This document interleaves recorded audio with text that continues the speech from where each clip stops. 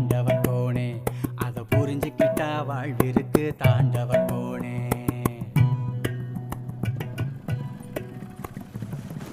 தம்பிலா வரேன்டா.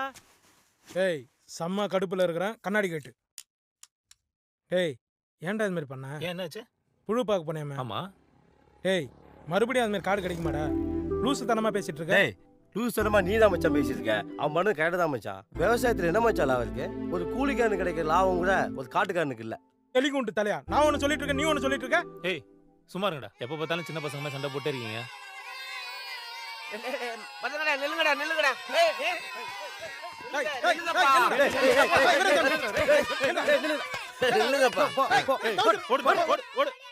இன்னைக்கு தப்பிச்சு கழுவா, என்னைக்கு அந்த பையில என்ன இருக்குன்னு பார்க்காம விட மாட்டேன். வாங்கடா.